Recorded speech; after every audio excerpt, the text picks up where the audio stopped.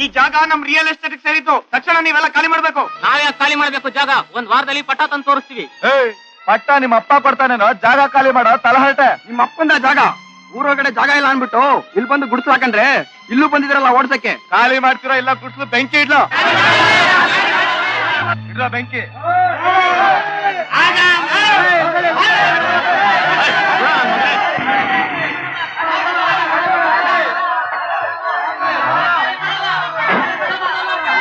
Inspector, ಏನಿದೆ ಗಲಾಟೆ? ರಾಮರಾಜ್ ಅಪ್ಪನವ್ರ ಮಗ ಗಿರಿಯಪ್ಪ ಬಂದಿದ್ದಾರೆ, ನಮಸ್ಕಾರ ಮಾಡಿ. ಈ ಜಾಗನ ರಿಯಲ್ ಎಸ್ಟೇಟ್ ಅವ್ರು ಕೊಂಡ್ಕೊಂಡಿದ್ದಾರೆ, ಅದನ್ನ ಖಾಲಿ ಮಾಡ್ಸಕ್ಕೋಸ್ಕರ ಬಂದಿದೀವಿ. ಅದಕ್ಕೆ ಬಡವ್ರನ್ನ ಇದ್ದಕ್ಕಿದ್ದಾಗ ಹೋಗಿ ಅಂದ್ರೆ ಅವ್ರು ಎಲ್ಲಿಗೆ ಹೋಗ್ಬೇಕು ಪಾಪ? ಸಮಾಧಾನ ಸಮಾಧಾನ. ನಾನ್ ಬಂದಿರೋದೇ ಅದಕ್ಕೆ, ಬಡವ್ರನ್ನ ಉದ್ಧಾರ ಮಾಡೋದೇ ನನ್ನ ಉದ್ದೇಶ. ಯಾರ್ರೀ ಇಲ್ಲಿ ರಿಯಲ್ ಎಸ್ಟೇಟ್ನವರು? ನಾನ್ ಸರ್. ಟ್ರಸ್ಟ್ ಬೋರ್ಡ್ನವರು ನಿಮಗೆ ಈ ಜಾಗನ ಕೊಟ್ಟಿದ್ದಾರೆ ಅನ್ನೋದಕ್ಕೆ ಏನಾದ್ರು ಡಾಕ್ಯುಮೆಂಟ್ಸ್ ಇದೆಯೇನ್ರಿ? ಇದೆ ಸರ್. ತಗೊಂಬರ್ರಿ ಅಲ್ಲಿ.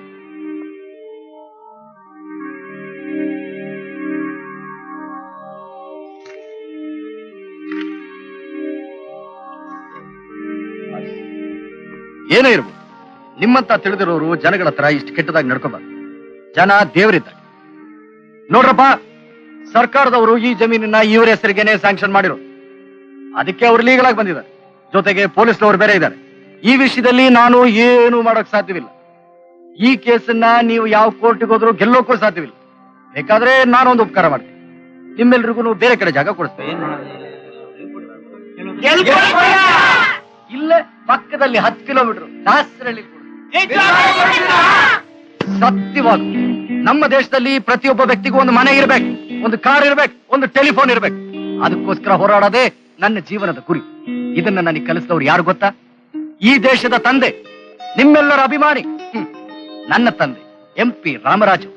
ಅದಿರ್ಲಿ ಸರ್, ಮೊದ್ಲು ಈ ಜಾಗ ಖಾಲಿ ಮಾಡಿಸಿ. ನಡ್ಕಳ್ರಿ, ಹೇಳ್ತಾ ಇದ್ದಲ್ಲ, ಅಷ್ಟೇ ಯಾಕೆ ಅವಸರ ಪಡ್ತಾರೆ? ಸಮಾಧಾನ, ಅವ್ರು ಅರ್ಥ ಮಾಡ್ಕೊ. ನೋಡ್ರಪ್ಪ, ನಾನು ಹೇಳಿದ್ದಲ್ಲ ನಿಮ್ಗೆ ಅರ್ಥವಾಯ್ತು ತಾನೆ?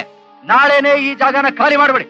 ಈಗ ನಾನು ಸರ್ಕಾರದವ್ರ ಹತ್ರ ಹೋಗಿ ನಿಮ್ ವಿಚಾರವಾಗಿ ಮಾತಾಡ್ತೀನಿ. ಹೋಗ್ರಪ್ಪ. ಒಳ್ಳೆ ಬ್ರೈನ್ ಸರ್ ನಿಮ್ದು. ಒಬ್ಬರನ್ನ ಆಫೀಸರ್ ಅನ್ನಾಗಿ ಮಾಡಿದಿರಾ, ಒಬ್ಬರನ್ನ ಇನ್ಸ್ಪೆಕ್ಟರ್ ಆಗಿ ಮಾಡಿದಿರಾ, ಒಬ್ಬರನ್ನ ರೌಡಿಯಾಗಿ ಮಾಡಿದಿರಾ, ಗಲಾಟೆನೂ ಮಾಡಿಸಿದ್ದೀರಾ, ನೀವೇ ಬಂದು ಸಮಾಧಾನನೂ ಮಾಡಿದ್ದೀರಾ. ಒಳ್ಳೆ ಕೆಲಸ ಸಾಧಿಸಿದ್ದೀರಾ. ವ್ಯಾಪಾರದ ಮರ್ಮ ಏನು ಅಂತ ಚೆನ್ನಾಗಿ ತಿಳ್ಕೊಂಡಿದ್ದೀರಾ.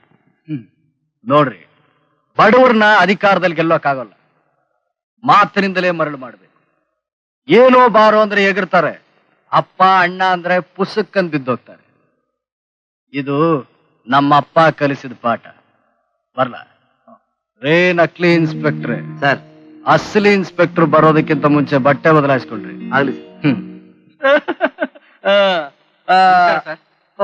ಒಂದ್ ನಿಮಿಷ, ಆಮೇಲೆ ಮಾತಾಡ್ತೀನಿ.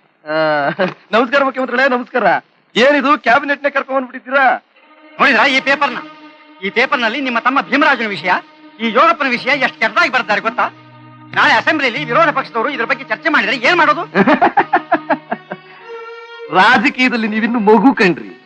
ರಾಜಕೀಯದಲ್ಲಿ ನಮ್ಮನ್ನ ನಾವು ಕಾಪಾಡೋದಕ್ಕೆ ಬ್ರಹ್ಮಸೂತ್ರ ಯಾವುದು ಗೊತ್ತೇನ್ರಿ? ಸುಳ್ಳನ್ನ ಹೇಳು, ತಿಳಿದೇ ಇರೋ ಅಪವಾದವನ್ನು ಹೊರಿಸುವುದು. ಮುಖ್ಯಮಂತ್ರಿಗಳೇ, ಸತ್ಯಾನ ಒಂದೇ ಒಂದು ಸುಳ್ಳಿನಿಂದ ಸುಲಭವಾಗಿ ಕೊಂದು ಹಾಕ್ಬಹುದು. ಅಪೋಸಿಷನ್ ಪಾರ್ಟಿ ಒಪ್ಪೋದಿದ್ರೆ ನಾವೇ ನ್ಯೂಸ್ ಅನ್ನ ಇನ್ವೆಸ್ಟಿಗೇಟ್ ಮಾಡುದ್ವಿ. ಇದೆಲ್ಲ ಕಟ್ಟುಕತೆ, ಇದಕ್ಕೆ ಸಾಕ್ಷಿ ಪುರಾವೆಗಳು ಯಾವುದೂ ಇಲ್ಲ. ಬೇಕು ಅಂತಾನೆ ನಮ್ಮನ್ನ ತೇಜೋವಧೆ ಮಾಡೋದಕ್ಕೋಸ್ಕರ ಅವರೆಲ್ಲ ಈಗ ಬರೆದಿದ್ದಾರೆ. ಇದೆಲ್ಲ ಅಪೋಸಿಷನ್ ಪಾರ್ಟಿಯವರ ಚಿತಾವಣೆ. ಹೀಗೆ ಒಂದೇ ಎರಡೇ 106 ಕಾರಣಗಳನ್ನ ಹೇಳಬಹುದು. ಅಷ್ಟು ಸುಲಭವಾಗಿ ತಪ್ಪಿಸ್ಕೊಳಕ್ಕಾಗಲ್ಲ. ರಿಪೋರ್ಟರ್ ಆಶಾ ತುಂಬಾ ಇಂಟೆಲಿಜೆಂಟ್. ನಿಮ್ಮ ತಮ್ಮ ಮಾತಾಡಿದ್ದನ್ನೆಲ್ಲ ಟೇಪಲ್ ರೆಕಾರ್ಡ್ ಮಾಡಿಟ್ಟಿದ್ದಾಳೆ. ಅದು ಸಾಲದು ಅಂತ ನಿಮ್ಮ ತಮ್ಮನ ಅಸಹ್ಯವಾದಂತಹ ಭಂಗಿಗಳನ್ನೆಲ್ಲ ಫೋಟೋ ತೆಗೆದಿಟ್ಟಿದ್ದಾಳೆ.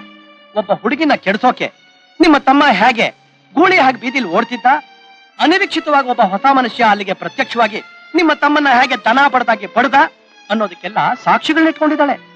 ಆಮೇಲೆ ರಿಪೋರ್ಟರ್ನ ಜೊತೆಲಿದ್ದವನ್ನ ಕೊಲ್ಲೋಕೆ ನಿಮ್ಮ ತಮ್ಮ ಪುಂಡ್ರ ಗುಂಪನ್ನ ಕಟ್ಕೊಂಡು ಕಾಡಲ್ಲೆಲ್ಲ ಅಲದಾಡಿ ಅವಮಾನ ಪಟ್ಕೊಂಡು ಒಬ್ಬ ಅನಾಮಧೇಯ ನಮ್ಮ ಏರಿಯಾದಲ್ಲಿ ನಮ್ಮ ಹಳ್ಳಿ ಜನಗಳ ಮಧ್ಯ ನನ್ನ ತಮ್ಮನ್ನು ಹೊಡೆದ್ನ ಹಾಗಂತ ಪೇಪರ್ ಅಲ್ಲಿ ಬರೆದಿದ್ದಾರೆ.